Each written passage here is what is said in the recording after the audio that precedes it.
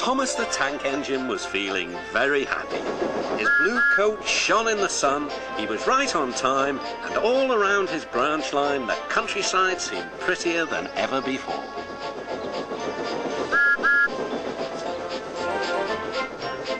Beep, beep! Good morning, Percy, he whistled. My branch line is the pride of the line, wouldn't you agree? Yes, Thomas, of course, but... But what, Percy? Out with it. Well, there is another engine with a famous branch line too. Who? Where? Exclaimed Thomas anxiously.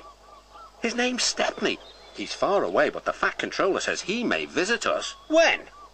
Oh, someday. And Percy hurried away. Meanwhile, Stepney was puffing purposefully along his line.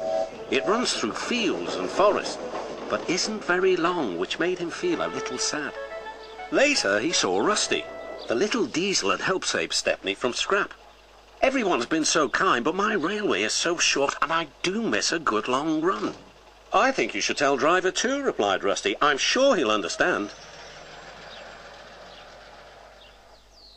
Stepney soon discovered that indeed he did. Do you know, Stepney, I feel just the same way. That evening, Stepney's driver had exciting news. Guess what, Stepney? The Fat Controller has invited us to visit the other engines on his railway. Manager agreed. It'll be a really long run to get there. Oh, thank you, sighed Stepney. They set off next morning. By now, all the other engines were talking about Stepney. He runs a famous branch line. Did you know that? Said Percy. Thomas was feeling a little jealous. Huh, it may be famous, but my branch is first on the line. Everyone knows that, too. And he huffed away to fetch his coaches. Look, squeaked Percy. Why have they all come? There is no train yet.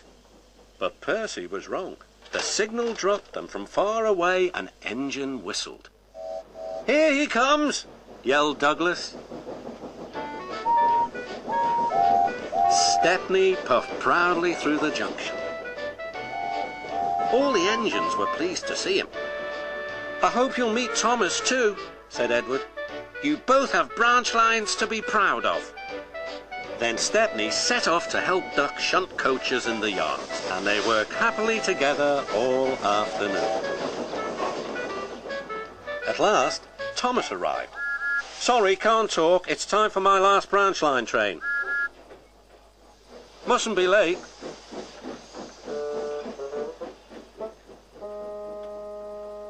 He was hardly out of sight when the engines heard shouting at the station. Moments later came the alarm. Stop all trains!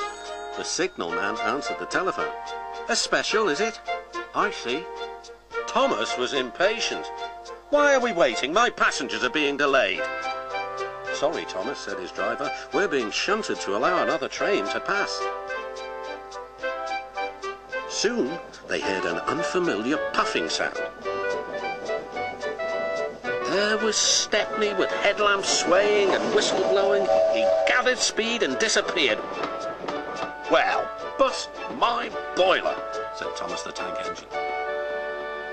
Next morning, Thomas was still fuming. Shunted, and on my own branch too. It's a disgrace. I'm sorry, said Stepney. I was a special. Why? An important passenger arrived just as you left.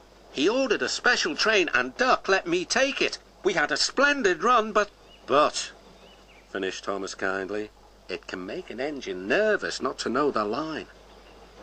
Exactly, said Stepney. You're such an expert. This made Thomas feel much better. He couldn't be cross anymore and instead began telling Stepney all about his branch line.